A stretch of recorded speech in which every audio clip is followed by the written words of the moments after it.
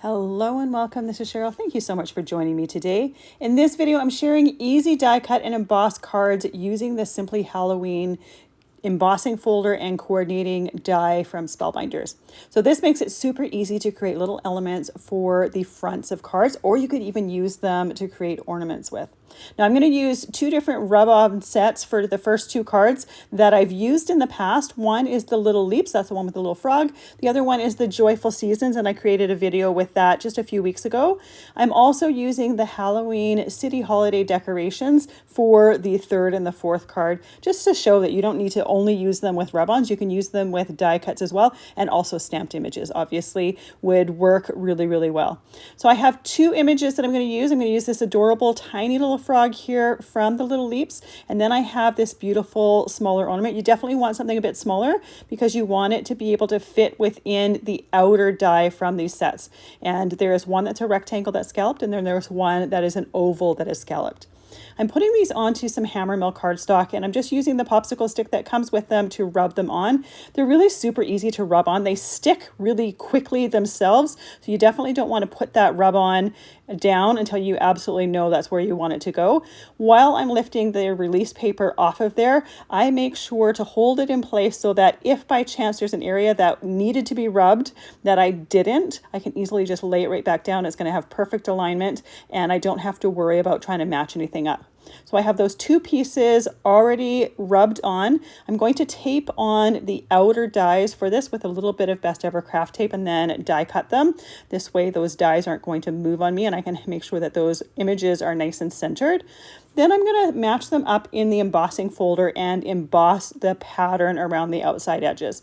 So I put it in my die cutting machine, run it through just to cut that out, and it's much easier to cut it out first and then to the embossing so that I can make sure that that image is centered right into that die set, and then I can center that die cut into the embossing folder. Now I do an error here for this first one. I don't tape that piece in place, and it ends up shifting on me in the embossing folder. So I am able to correct it. So once I put this in, I try to adjust it, put it in, but it shifted, must have shifted as I put it down, and I just didn't notice it. Once I take it out and I notice that it shifted, all I do is realign it in that embossing folder. Then I tape it in place to make sure that it's not going to shift on me a second time, and then I re-emboss. Now there are some really light creases where it embossed the first time and then re-embossed the second time. So you can technically see where I made an error, but it's really not obvious unless you knew about it. If you knew about it, you'd be able to see it a lot easier. But if you didn't know about it, you likely wouldn't even notice that. I'm also going to be using some gold ink to ink around that embossed area around the outside edges because it's just so pretty, and it also enhances those beautiful peel off stickers. So once I have that first one done, I'm going to put the second one in. Now technically I could have done both of them at the same time. The only reason I didn't was originally I wasn't going to tape those pieces in, and I thought it would be easier with them not being taped to do them one at a time so I can make sure that they didn't shift. Obviously that happened anyways. So if you're taping them in place, you can emboss both of them at the same time because you know that they're not going to move on you. So once I have those embossed, I can take the tape off the back. Now that Best Ever Craft tape I use over and over again until it doesn't stick. So you can use those pieces many, many times. I want to say I get at least a half a dozen uses out of each of those pieces. For the first card, I'm using some Oceanside Cardstock for the background. I'm going to do a little bit of black soot ink blending around the outside edges just to darken it a little bit. I wanted to create some dark backgrounds for these so that the frame with the embossing was really the star of the show and really stood out. Once I have that background piece inked, I can use the gold ink, and I'm using the gold ink from Lisa Horton Crafts. It's my favorite gold ink, and I'm just inking lightly over the top of that raised embossed surface around the outside of the frame. Then I'm going to set those aside to dry. I have a piece of gold brushed cardstock from the Gold Treasure cardstock pack. That is trimmed to 4 inches by 5¼ inches, and I'm going to glue that onto my A2 card base. My Oceanside piece here was trimmed down to 3¾ inches by 5 inches before I did the ink blending, so that I had the control over the ink blending around those edges. And when it comes to gluing down this embossed piece, I make sure to have glue on the surface that is going to have contact with that Oceanside cardstock. Doesn't need to be on that raised part because it's not going to have the contact.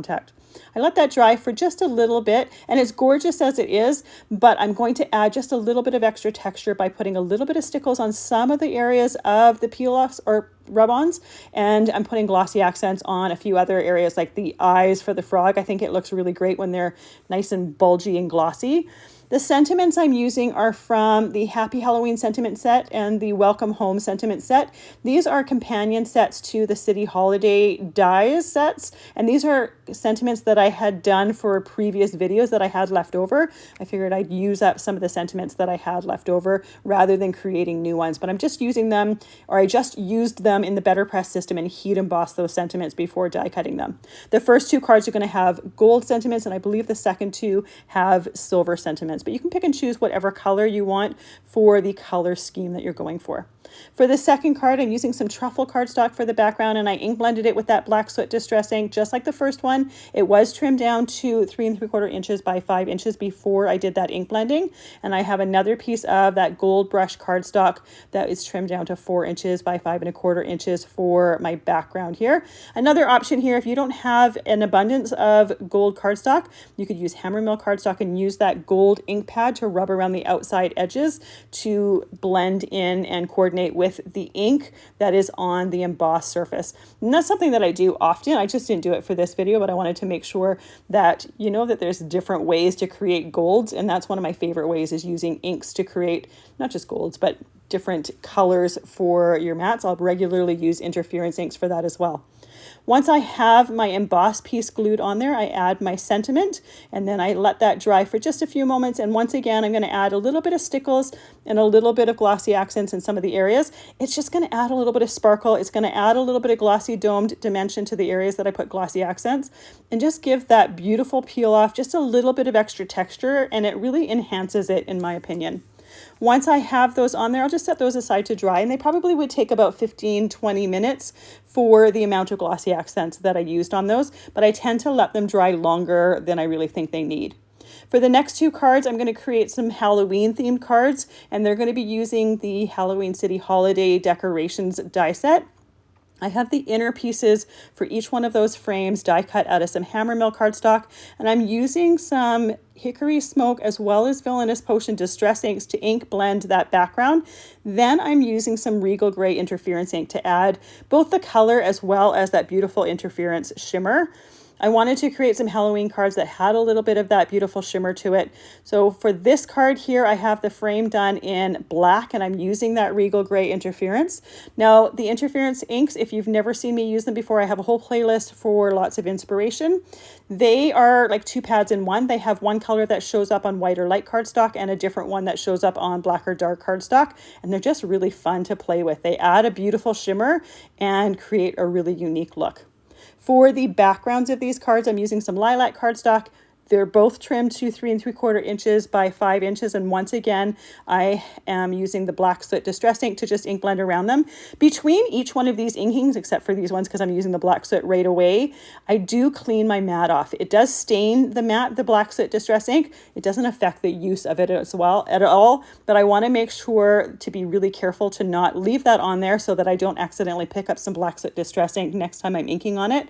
So I make sure that I always have a damp microfiber cloth just to clean off my mat between inkings to try to make sure that I am inking the color that I want it to be inked. For this card here, I have some silver brushed cardstock from the Silver Treasure cardstock pack that I'm using for my mat that is trimmed to 4 inches by 5 1/4 inches. And once again, if you don't have silver cardstock or an abundance of it, you can easily use Hammermill cardstock or whatever your favorite white cardstock is and use the silver pad to just ink around the outside edges that are exposed and blend that and coordinate that with the silver ink that is on that frame. For this card here, I'm using the ghosts from that Halloween City Holiday Decorations set. I have 3 of them die cut, and I'm doing them out of vellum. I love doing ghosts out of vellum simply because it's transparent. Now you can see they're not super bold on this card. They're a little bit more subtle. But in order to make sure that my adhesive isn't showing, I put some score tape on the back of my vellum before die cutting, and essentially I turn that into vellum stickers. If you want your ghosts to be a little bit more prominent, you can make them out of white cardstock, or you can do 2 layers of vellum over top of each other so that they're just a little bit less transparent than 1 layer. The base pieces for my fourth card are the same as the third one. So I have a piece of silver brush cardstock that is trimmed to 4 inches by 5 1/4 inches. My lilac cardstock that is ink blended is 3 3/4 inches by 5 inches. For this one, I'm using the rectangle scallop embossed frame and added a sentiment to the bottom. I will add the insert part, the part that we did the ink blending with the Hickory Smoke, Villainous Potion, and that Regal Gray Interference. For this one, I did some spider webs out of the silver glitter cardstock, and that's from the same treasured cardstock pack, but that glitter adds a little bit of an extra texture to it. And then we have 2 pumpkins. The upper layer is die cut out of carrot cardstock. The back layer is die cut out of beeswax cardstock. I will often do the back layer out of black cardstock so that you really see the smile in it, or the face on the pumpkin. I opted not to do that for this one because I didn't want those pumpkins to be too dark. I wanted them to be fairly bright on top of that black and purple background. Now I'm going to glue them on there, and then to add a little bit of texture to these guys, I'm going to put some glossy accents. Now originally I was just going to put it on the upper layer of the orange. However, some of those openings are so tiny that the glossy accents just filled them in. So I ended up going over the whole, like both layers of both of those pumpkins. Tried to clean it up with a die pick and it just wasn't looking nice. So I just covered both of them completely. And I really love the look with that extra little bit of texture. Just like the peel offs, it takes them to the next level, giving the cardstock just a different finish, a little bit of glossy dome dimension, and it makes gives the light something to catch when you're tilting the card. So when you put that glossy accents on there first, it's got a milky look to it. Once you let it dry in here, because of the amount I used, I let it dry for about an hour. It's got some nice glossy dimension, but it goes completely clear, and it just adds that different texture, and it kind of focuses your attention onto those pumpkins. Then we have our ghost card here, and I love the ghosts as they're transparent, but like I said, they're a little bit more subtle this way. You could always double layer that vellum to make them a little bit more opaque, or just use white cardstock. Then we have our very first 2 using those peel-off stickers. And Spellbinders has several different peel-off ones. There's even a Halloween one with Halloween peel-offs on there. So great for different themes. These are good for the smaller peel-offs and a great way to use them and frame them. You'll find everything that I've used listed and linked down in the description box below. Thank you so much for joining me today. I always appreciate all the time that you spend with me. I hope you have a fantastic day.